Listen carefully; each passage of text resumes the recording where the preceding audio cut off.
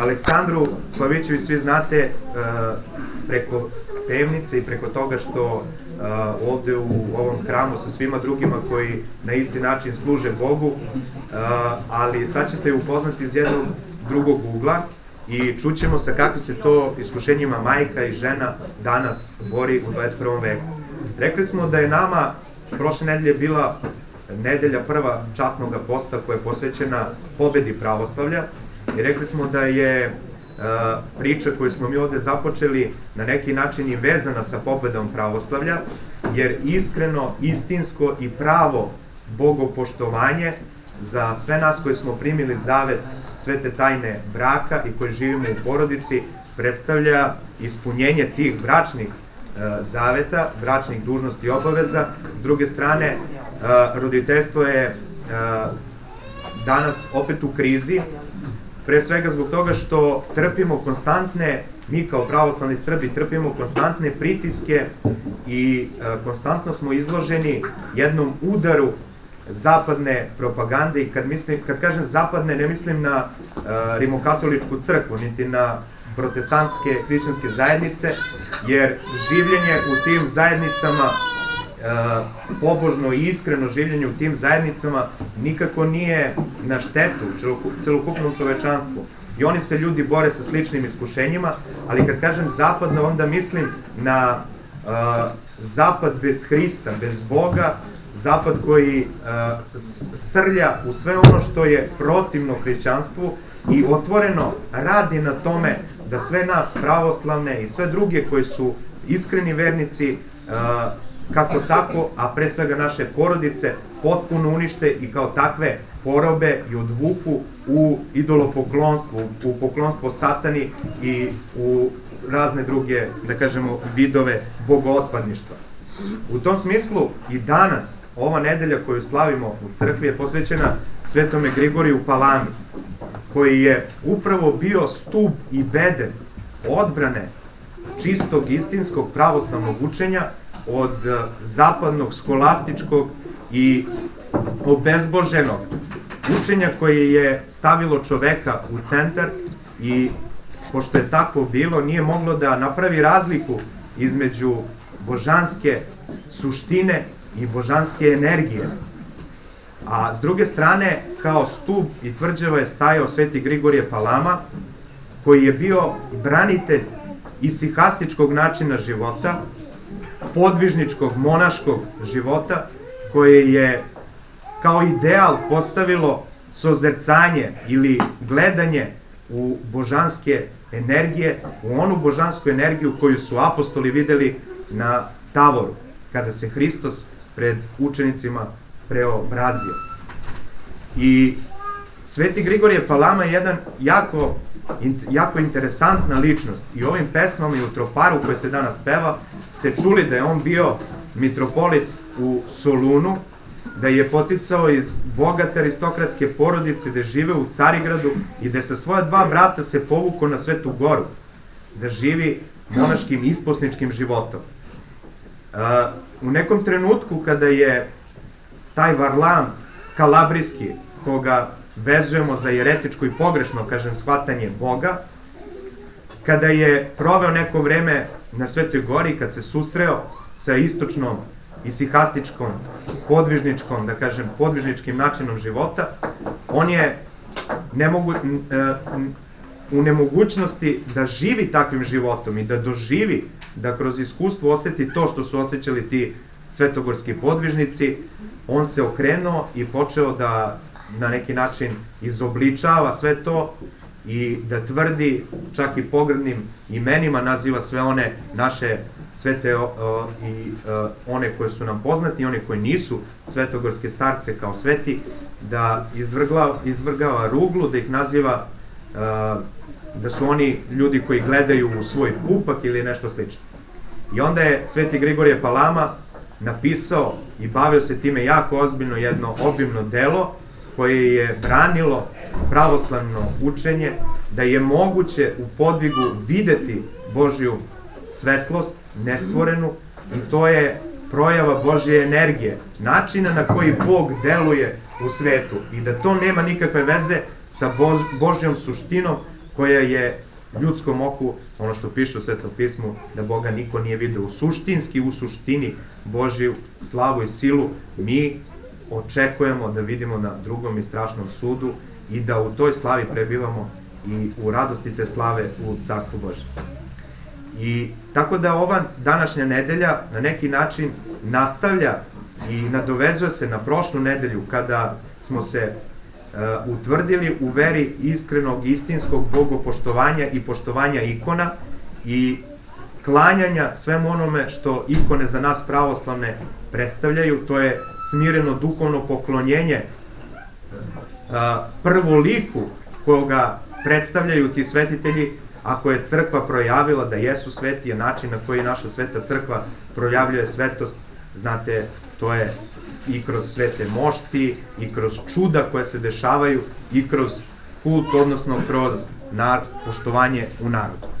Tako da ćemo danas čuti priču iz Aleksandrinog ugla, nadovezujući se na sve ovo, podsjećajući eto da je porodica, naša pravoslavna porodica, na jakom udaru, ali s druge strane to je jedna borba koja je puna uspona i padova i mi svi kao zajednica, kao crkva i kao narod trebamo da se osvestimo koliko nam je porodica u krizi, koliko svi zajedno trebamo da poslužimo kao podrška porodičnom načinu života, koliko trebamo svako u svom životnom dobu da imamo kao što imamo Boga na pameti, trebalo bi da imamo Boga u svim situacijama na pameti, tako da imamo i svoju decu i svoje roditelje, da se trudimo da nam porodica bude na prvome mestu.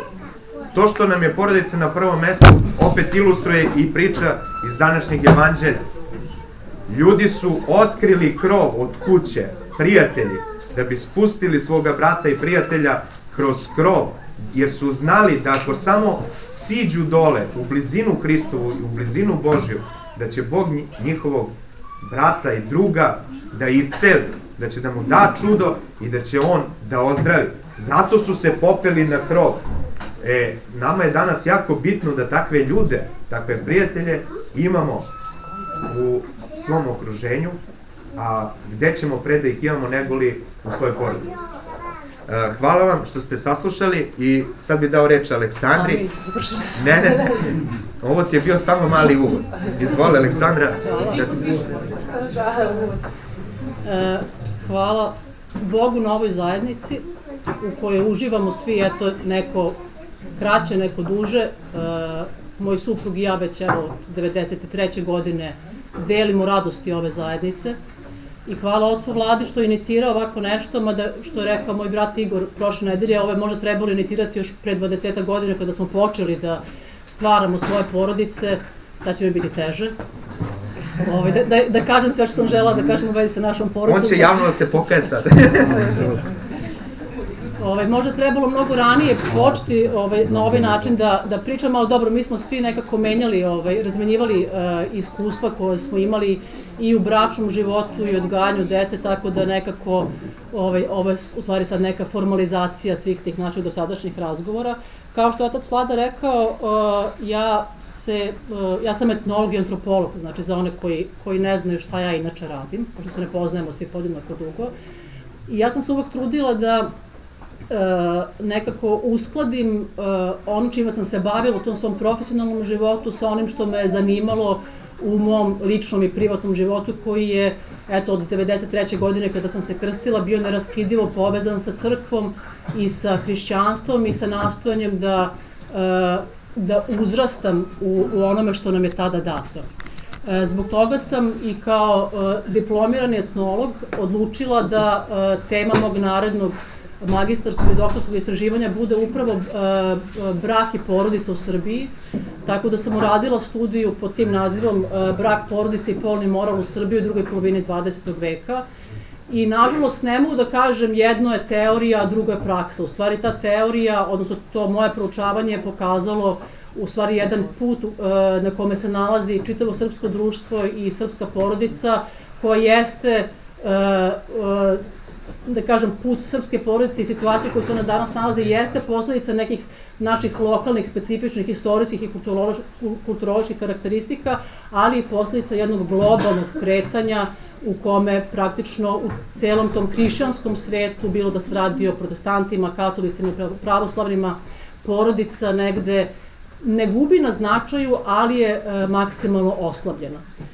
Znamo da transformacija srpske porodice počinje već tokom prve polovine 20. veka, pod uticajem teških istorijskih stradanja i činjenice da je u Srbiji tokom balkanskih ratova i Prvog svjetskog rata bukvalno desetkovano muško, radno sposobno i reproduktivno sposobno stanovništvo, a da ne govorimo o tome šta su doneli Drugi svjetski rat i posle ideologija socijalizma, koja je praktično kao prvu i ključnu tačku svoje transformacije imala upravo porodicu. Ja neću sad mnogo dužiti o tome, mislim da je mnogo bitnije da razmenimo ta neka lična i intimna iskustva života u porodici, ali ću reći u stvari da je glavna ideja socijalističke ideologije bila da promovisanje modernizacije i određene vrste slobode za čoveka, tako da je praktično propagirano da žena treba da bude oslobođena neograničenog rađanja, da treba da bude oslobođena muževljive vlasti, da muž treba da bude isto tako oslobođen tih tradicionalnih uloga koje ima u porodici, da porodica treba da bude oslobođena tradicionalne hijerarhije koju njoj je vladala. Znači, pod parolom slobode i modernizacije je praktično rasturana ta bazična ćelija srpskog društva, tako da čovek kakav je slab, kao što je uvek i bio, pod velikim teretom slobode je, nažalost, pokleknuo. I ono što se 90. godina desilo u Srbiji, a to je taj povratak religiji i povratak crkvi, je bio i prouzrokovan i ratovima i cepanjem države i potrebom nacije i naroda da se prepozna u tom pravoslavnom i hrišćanskom identitetu, ali je bio i prouzrokovan potrebom ljudi da nađu novi sistem vrednosti, tu neku vertikalu koja je umeđu vremenu izgubljena. Nažalost, teško je uspostaviti kontinuitet.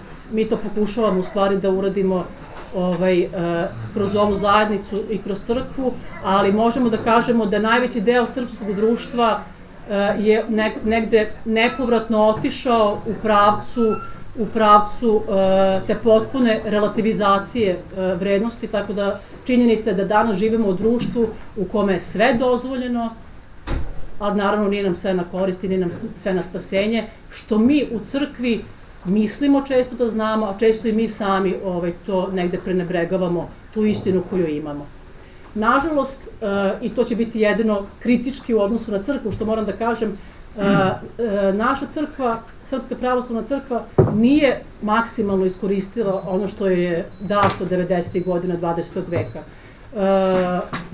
Tada crkva je otvorila vrata ljudima koji su pohrlili, ljudima koji su se krstili, došlo je do određene obnove crkvenog života, međutim, tada je bilo, koliko se sećamo ko je tada krenuo u crkvu, bilo dosta i duhovnika i mi smo se negde vezivali za određene oce, tako da kažemo, međutim, oni su umeđu vremenu poumirali, neki od njih su prosto umeđu vremenu se zatrpali nekim drugim vrstama, obavezama, neke crkvene diplomatije, politike i tako dalje, tako da smo mi u mnogome ostavljeni sami sebi, jedni drugima, što ne mislim da je loše, ali mislim da bi bilo dobro da imamo neke onako jasnije smjernice.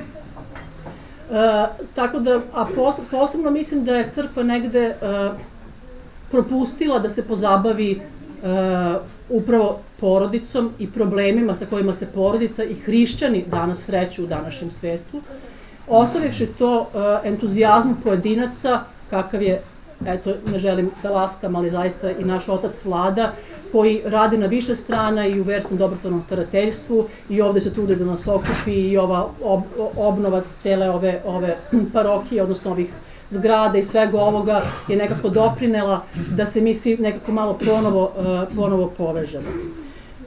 Iskoristit ću ovu priliku da kažem, znači,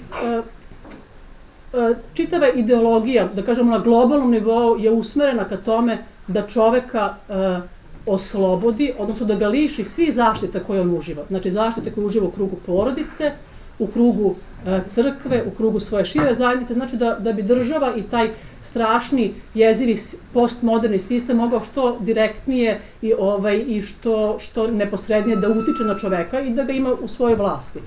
Zbog toga je ova zajednica koju mi imamo ovde jako važna.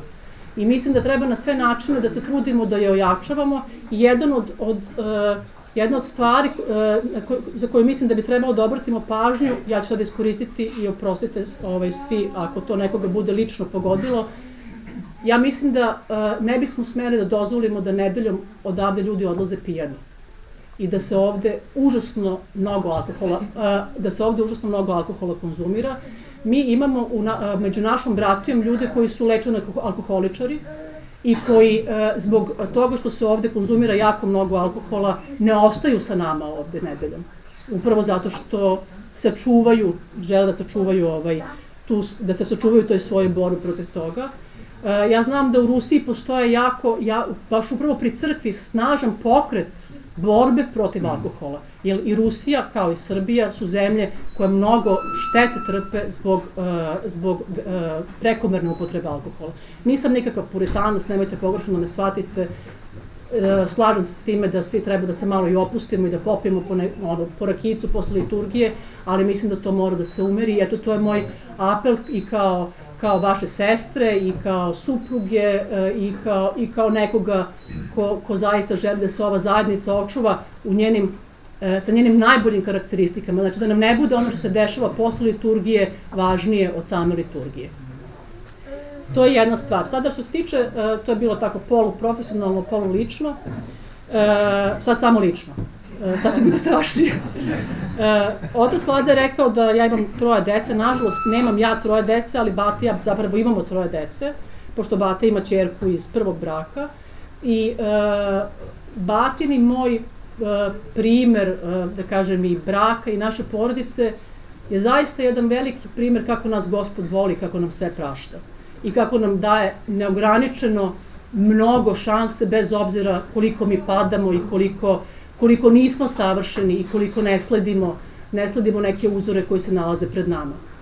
1993. godine, kada sam upoznala hrišćanstvo, ja sam prosto dobila sam jednu injekciju kakvu nisam ni pre toga nikada dobila. Pre toga sam prošla i kroz transcendentalne meditacije i kroz čitanje Kastanede i kroz razne hippie ideje i tako dalje. Prosto razna su iskustva bila koje su me nekako, Bogu hvala, dovela do te tačke, ali istovremeno kada sam otkrila tu lepotu i tu veličinu pravoslavlja, odmah sam bila zadojena jednom strašnom gordošću, da ja sada mogu da volim svakoga i sve bez obzira kakav je neko i bez obzira, da ja mogu sve da izdržim bez obzira šta mi se dešava u životu, što zaista u stvari nije bila realna moja mogućnost, to je bila moja projekcija neke moje želje.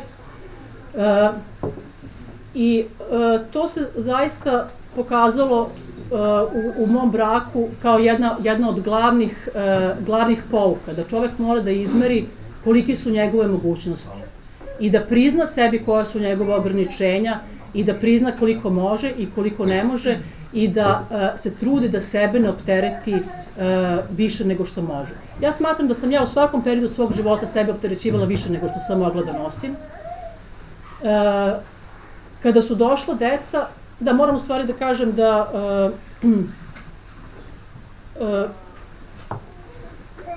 moji roditelji nisu znali da sam se ja udala za Batu. Ja zato nosim drugo prezime, a on drugo. I to je isto bila jedna od velikih grešaka koju sam ja učinila, nisam želela da podelim sa roditeljima ono što mi se dešava, što je možda bilo prouzrokovano i time što nismo dovoljno razgovarali u našoj porodici, u mojoj primarnoj porodici, tako da sam se ja prosto plašila njihovom reakcijom na moj izbor. I kada sam došla jedan dan kući sa burlom na ruci, i sela sam možda po prvi put posle mnogo vremena pred svoje roditelje i rekla ja imam nešto da vam kažem, a moj tata je rekao udala si se, jel? I mislim da, tada je, eto, prosto to sve tako počelo. Mnogo mi je žao što nisam to podelila sa svojim roditeljima. A onda smo mi iz neke naše ideje da treba samo pravoslavno i nikako drugačije, mi se nismo venčali uopšte, mi smo se venčali samo u crkvi, Bata rekao, neću ja da idem tamo kod onih matičara. U stvari, pokušali smo da zakažemo i onda je matičarka rekla, pa ne možete vi to tek tako da zakažete, morate prvo da dođete na neku pripremu. I onda ja dolazim kući. Znaš, moramo da dođemo na pripremu. Na pripremu? Ona će mene da priprema za brak. Tako da mi ostao da smo samo u crkvi venčani, ali dobro, ja zaista mislim meni to sasvim dovoljno. Nadam se da nećemo imati neki birokratsko-administrativne probleme u nekom trenutku, ali o tom potom. Eto, super, da.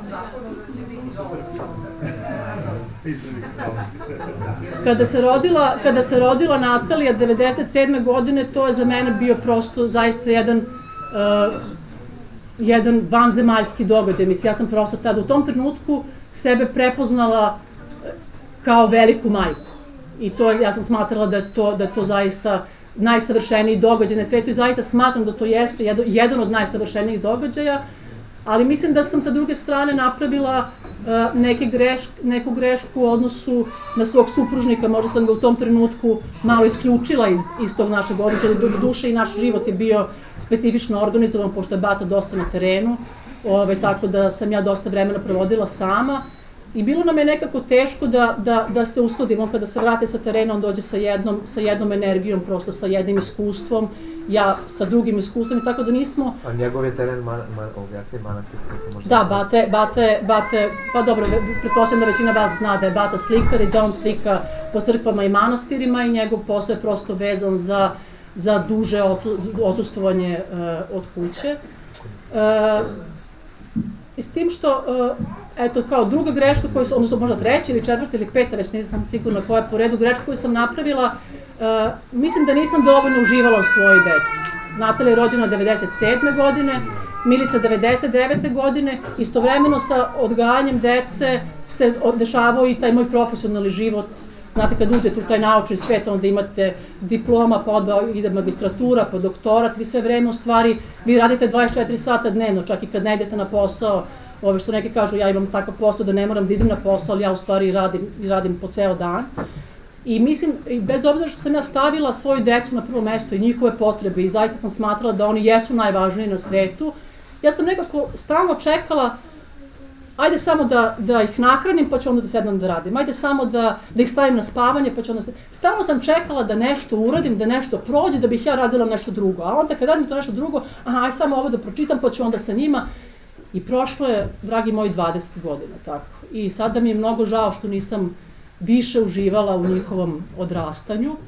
Žao mi je što nisam mogla više da se posvetim tom koncipiranju načina na koji bismo Bata i ja možda kreativnije odgajali našu decu. Verujem da sam, koliko on možda nije mogao da prihvati neka moja shvatanja, jer mi smo rođeni u dve države, on u FNRJ, ja u SFRJ, to je velika razlika, odmah da vam kažem, 14 godina razlike, što u nekim situacijama ne mora da bude, ali zaista mi jesmo iz nekih drugačijih kulturoloških ambijenata pristupili i koliko je možda on bio grub i u nekim i onako, da kažem, isključiv u nekim svojim shvatanjima, toliko sam verovatno i ja propustila u tom svom sad ću ovde, ja moram sve, ja mogu sve, ja sam i domaćica i žena i naučnica i tako dalje. Toliko sam ja u stvari propustila verovatno da negde staloženo i iznad svega sa ljubavlju u stvari to sve hendlujem, ima neka sigurno da sve to pokrijem. Ono što je zamka u stvari u koju sam ja upala i to vidim sada, ja pokušavam onako stalno sebe i sve to da analiziram, jeste to što sam odgovornost i obavezu stavila iznad ljubavi. Bez obzira što to zaista je, mislim, ljubav je tu neosporno prisutna, ali meni uvek ta odgovornost da stvari budu završene i urađene i obavljene, nekako tu ljubav stavljala na drugo mesto. Međutim, kao što rekao, Bog nam uvek daje šansu i ne ostavlja nas i voli nas i tako da smo i Bata i da nekim ljudima je dato, znate, da u startu imaju sve, pa da onda to šire, pa onda se možda i razvedu, a možda se i ne razvedu. Nama je dato da naš odnos gradimo od nule i mi ga gradimo i dan danas i ja smatram da je ljubav u stvari zadatak. to je ono što mi treba da dostignemo i svaki dan onako dobijamo mrvice toga, prosto da ostanemo vezani za tu želju da tragamo za tom punoćom života. Pravi odnos sa svojom decom mislim da smo uspostavila tek sada pre par godina kada su one porasle i kada sam zaista i mogla da sada i već i opušteno počnem da razgovaram sa njima kao sa odraslima. Neko misli da nam je sad odnos mnogo bolji nego što je bio ranije. I jedna od jako važnih stvari, mislim da je, tu sam sad ovako, vraćam se opet na opšti problem, ljudi koji su u crkvi, a istovremeno svi živimo i u ovom svetu modernom, u kome su žene emancipovane, rade, imaju svoja prava i tako dalje. Taj moderni svet nama propagira jedan partnerski odnos.